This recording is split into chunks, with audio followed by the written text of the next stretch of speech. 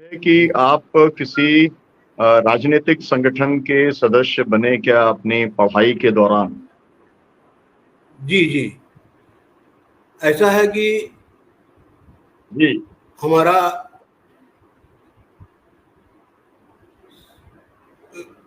सीताराम केसरी जी जो थे कांग्रेस के अध्यक्ष,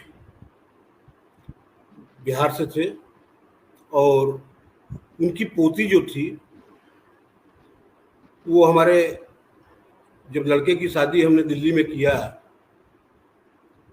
तो उसी परिवार में उनकी पोती भी ब्याही है।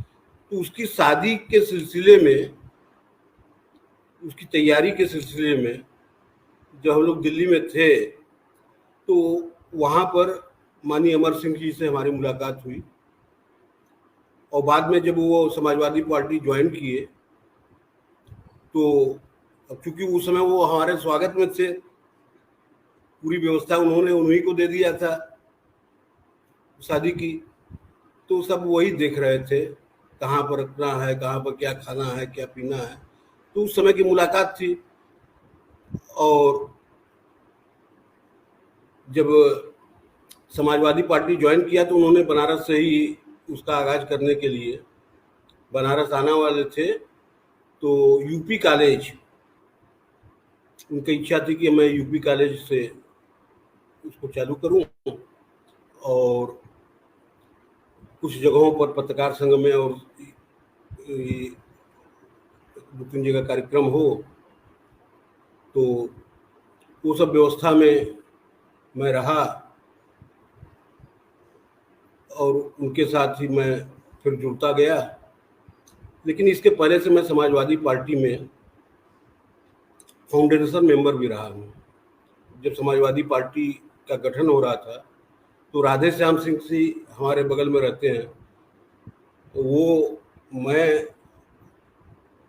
और दो चार और उस समय बनारस के लोग थे, तो हम लोग लखनऊ में बेगम हजरत पार्क में उसकी मीटिंग थी, तो उसमें हम लोग गए थे। तो उसमें 184 लोगों का बैठक था, उसमें सिग्नेचर भी है हमारा संस्थापकों में से, तो उससे जुड़ाव था। और इसके पहले मैं जब इमरजेंसी लगी हुई थी, तो इमरजेंसी के बाद आचार्य पंकज जी से हमारी मुलाकात हुई थी। उसके बाद जब सरकार बनी, मोरारजी देसाई प्रधानमंत्री बने, तो उस समय मैं दिल्ली की राजनीति को देखने का मौका मिला। रात की वहाँ की राजनीति थी, रात में सबको जगह घुमा जाता था। तो जनता पार्टी की जब सरकार बनी, तो आचार्य पंकज जी उसके राष्ट्रीय संरक्षक, वो संचालक नियुक्त हुए और मुझे उन्होंने, चूंकि हम भी साथ थे, हमारे मित्र थे, तो उन्होंने राष्ट्रीय सचिव बना दिया था, जबकि हमारी उम्र केवल 18 साल थी उस समय, 18-19 साल।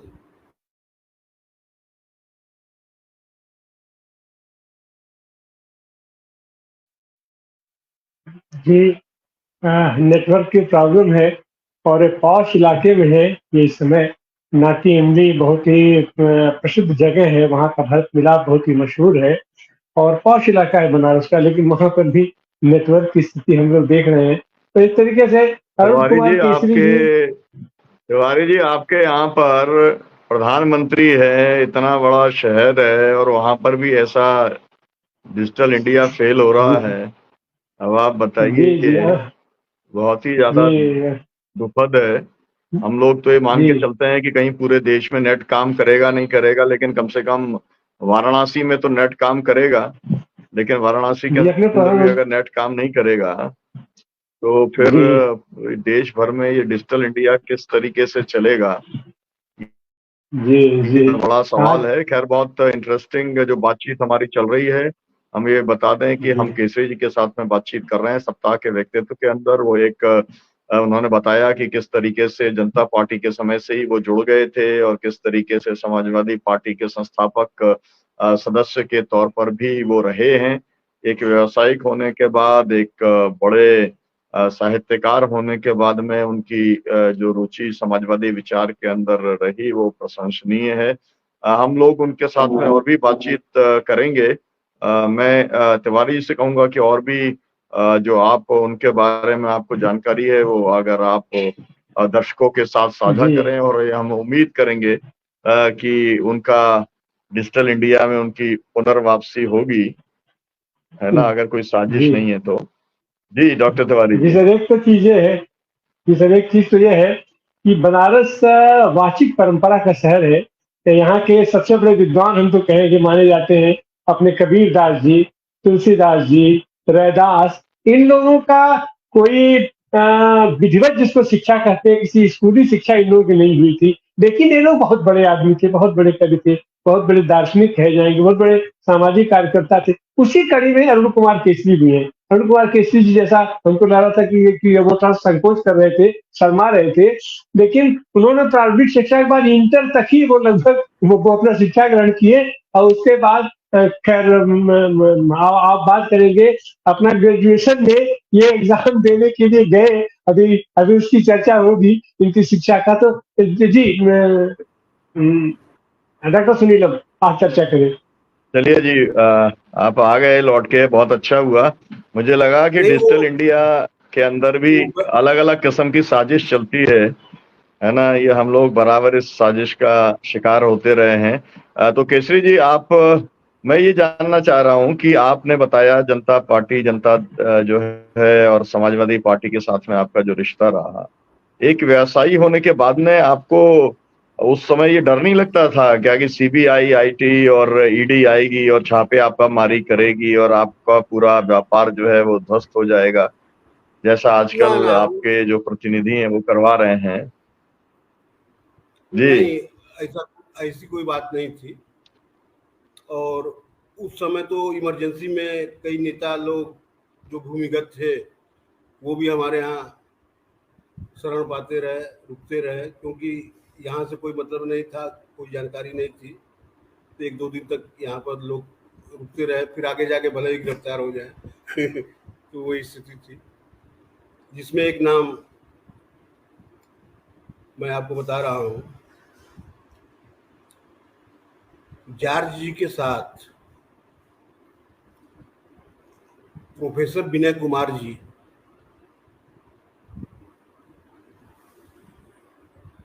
और राजनारायण जी के और लोहिया जी के ये भी रहे। तो वो हमारे यहाँ जब उधर से तो हम लोग निकले तो बनारस में स्टे के लिए हमारे यहाँ 2 दिन रुके, और यहीं से निकलने के बाद उनकी बीएचयू जाते समय उनकी गिरफ्तारी हो गई थी। तो ऐसी कोई बात नहीं थी। हाँ, इमरजेंसी, चलिए उस तरीके की हिम्मत उस समय जी उस समय भी मैं कविताएं लिखता था। जी बोलें। और उस समय की कविताएं ज्यादातर हमारी गांडू में छपी हैं, पूरी की पूरी सीरियल चलती थी। और इमरजेंसी के बाद कुछ कविताएं ऐसी थी जो कि सेशन लगने के बाद वो छपी नहीं, तो इमरजेंसी के बाद फिर छपी। तो ऐसी कोई बात नहीं थी। डी मजमुंदार थे काशी हिंदू विश्वविद्यालय के, अंग्रेजी हटाओ आंदोलन में हम लोग थे। तो ऐसे लोगों का, तो उस समय की राजनीति भी दूसरी थी, आज की राजनीति में बहुत फर्क है।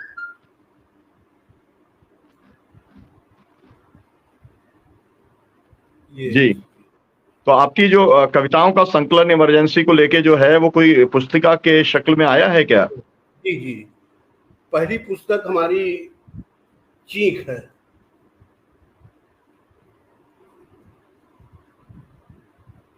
जी, ये अच्छा, चीख करके है? हाँ, चीख के नाम से है। और इस पुस्तक जी 1989 में प्रकाशित हुई थी। 89 में इसको विश्वविद्यालय प्रकाशन द्वारा प्रकाशित है ये पुस्तक। और इसका लोकार्पण भी हुआ था बहुत भव्य रूप में, और काफी किन्होंने लोकार्पण किया था इसका, किताब का? इसका लोकार्पण में आपके सारे लोगों का नाम है। नामवर जी भी थे, कुंवर बेचैन जी भी थे, और आचार्य पंकज जी थे, बनारस के जितने भी साहित्यकार पत्रकार थे सारे लोग थे, और डॉक्टर शिव प्रसाद सिंह थे, डॉक्टर शंभूनाथ सिंह थे, ऐसे सारी जी जी। गुरु जी। चलिए, जितने बड़े नाम हैं साहित्य के क्षेत्र में सभी उसके अंदर उपस्थित हुए, ये बहुत ही गौरव की बात है कि हम लोग आपके साथ बातचीत कर रहे हैं। हम आगे बढ़ते हैं। मैं आपसे ये जानना चाहूंगा कि आपको साहित्य के अंदर किसने सबसे ज्यादा, जी जी जी जी, अच्छा, हस्ताक्षर हैं सब लोगों के, बहुत बढ़िया बहुत बढ़िया, जी जी जी, ये तो एक अद्भुत डॉक्यूमेंट है। मैं जानना चाहूंगा कि आपके जो है, आपको क्या लगता है कि सबसे ज्यादा साहित्यकार के तौर पर आपको किसने प्रभावित किया, आपके विचार में, आपके लेखन में? हमारे विचार में हमको ज्यादातर धूमिल, मुक्तिबोध, कबीर, ये हमारे प्रिय कवियों में से थे, और इनको मैंने पढ़ा, और चीख में करीब करीब वो सारी धूमिल जी की जो परंपरा थी उसको मैंने आगे बढ़ाने का काम किया है।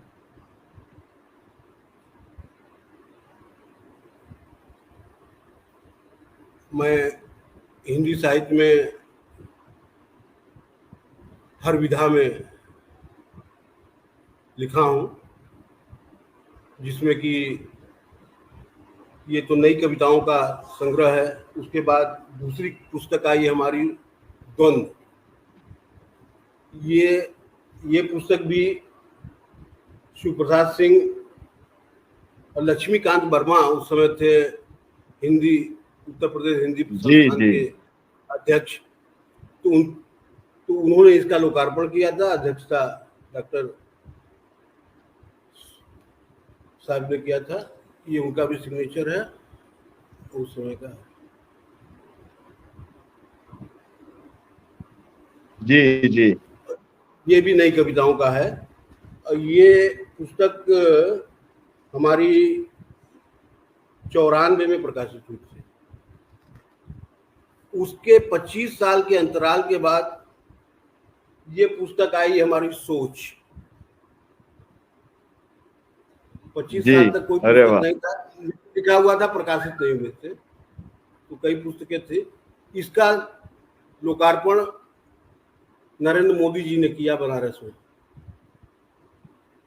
अच्छा। और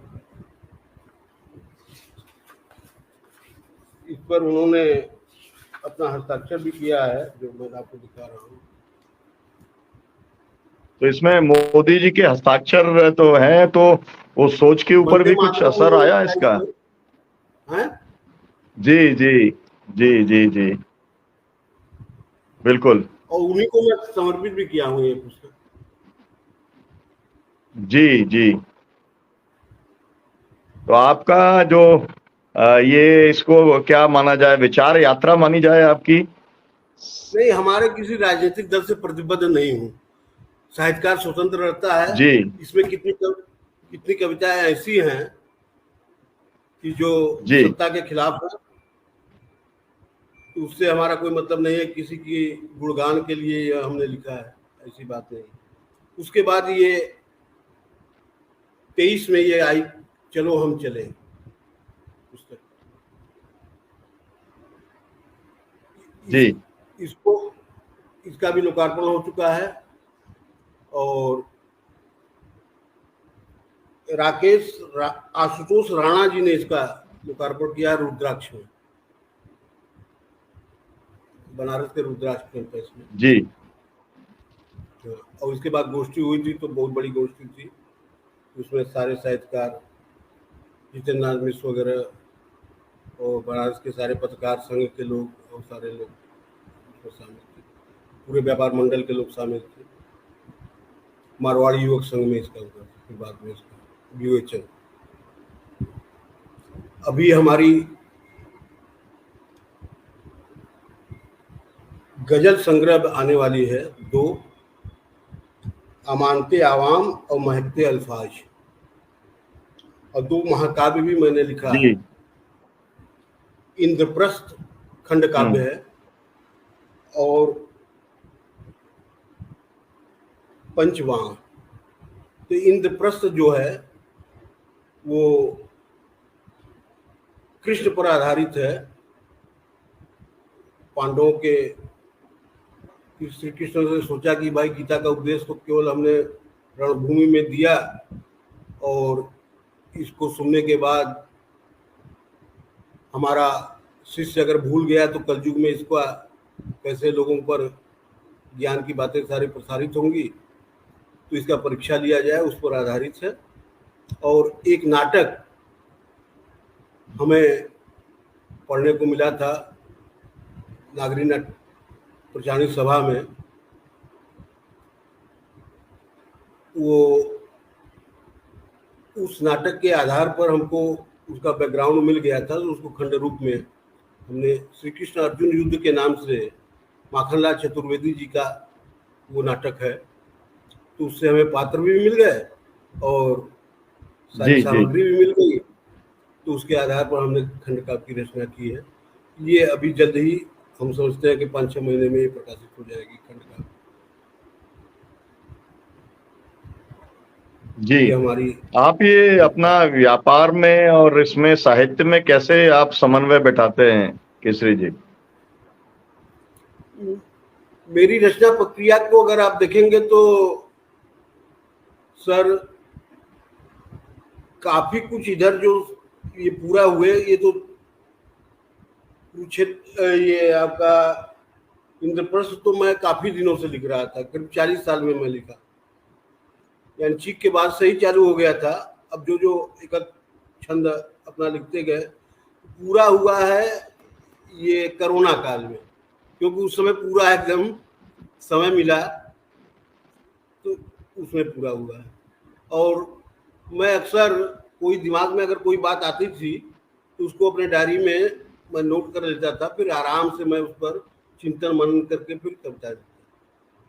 तो एक हिंट मैं केवल नोट करता रहा, जो भी देखता रहा, क्योंकि हमारा मानना है संवेदना और परिवेश के आधार पर ही कविता का जन्म होता है, और उसी की कोख से कविता पैदा होती है। तो उन संवेदनाओं को और उस परिवेश को, उसके बगैर तो होगा नहीं, तो उसको मैं नोट कर लेता था और आज भी नोट करता हूँ। और जब इच्छा होती है, जब समय मिलता है, तो उस पर मैं काव्य रचना कर लेता हूँ।